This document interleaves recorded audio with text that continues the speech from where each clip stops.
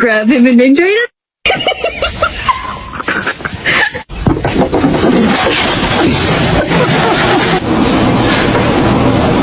Come here.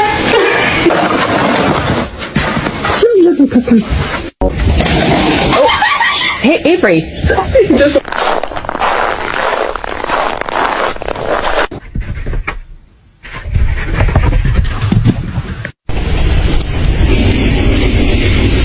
Bye, my